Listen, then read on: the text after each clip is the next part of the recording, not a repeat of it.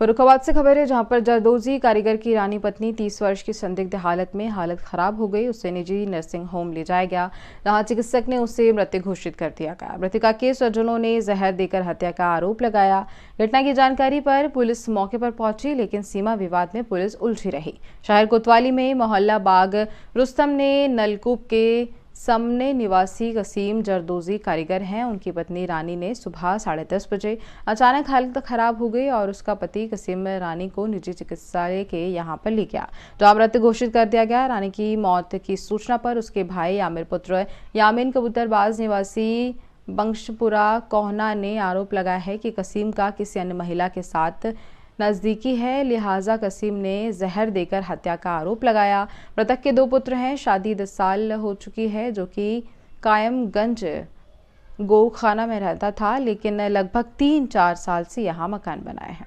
पहले 3 महीने पहले एक लड़की 4 वाली रहती, उसका काम सीखती थी। उन्हें मेरी लड़की ने गलत देखा, मना करा तो उसे डांटा।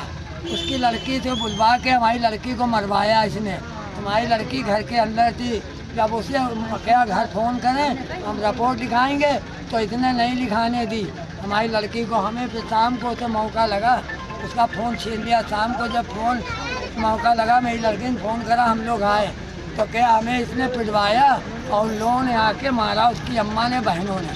फिर हम लोग जब गए तो हमसे लड़ाए, तो हमने लोगों ने इन्हें मारा, रिपोर्ट लिखाई इन लोगों की। तो फिर माफ़ी आप भी मांगी और राजीनामा हुआ। तो इससे बोला हमसे, कहने लगा तुम लोगों ने उन्हें कैसे मारा और तुम लोग अच्छा नहीं करा, मेरे घर तुम लोग नहीं आओ कोई भी। तो 2 महीने हमारा बच्चा तक इसके घर में आता जाता था। इसलिए कि भाई चलो तुम्हारी लोगों घर गृहस्थी जो है अच्छी कटे। कोई नहीं आता। 2 महीने थे ये दोनों, एक पे एक रहते थे, दोनों मियाँ बीवी, और इसका चक्कर उठी से चलता रहता था। ये इसने उसकी लड़की के चक्कर में मारा है। हमारी लड़की कोई मोहल्ले में कहते कभी किसी के न लड़ाई न दंगा दाद, दिन मेहनत करती थी। लड़की शादी आपने कहाँ करी थी?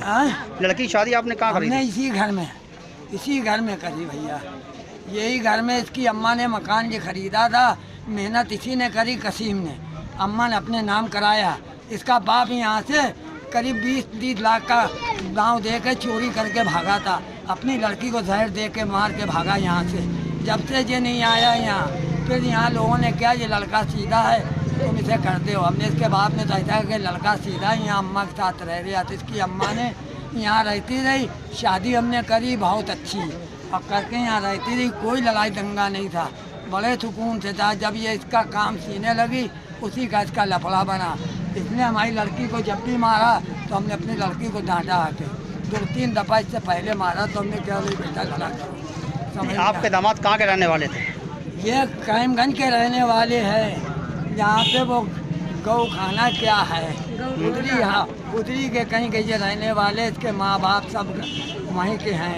इसके बाप ने अपनी औरत को जहर दे के पहले मारा, साली को लेके भाग गया।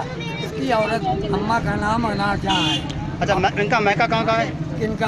आपकी लड़की का घर? हमारा यहाँ पंकजपुर है, कोने में है, ये पास में। अच्छा, रामेश्वर का खेत, रामेश्वर के खेत में हमारा पंकजपुर है, कोने में। आपका नाम क्या? हमारा मोहम्मद यामीन खान। हम लोग को मालूम ही नहीं चला। इन्होंने पहले जहर खिलाया, पर जहर से नहीं वही तो फिर फांसी लगा।